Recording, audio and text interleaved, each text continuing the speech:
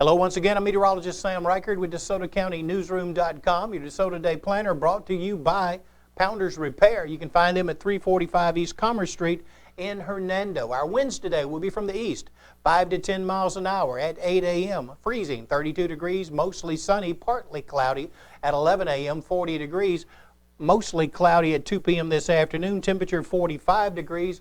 And at 5 p.m., going home time, 42 degrees and cloudy with a very slight chance of a shower in the area. I'm Sam Reichard. Have a good day.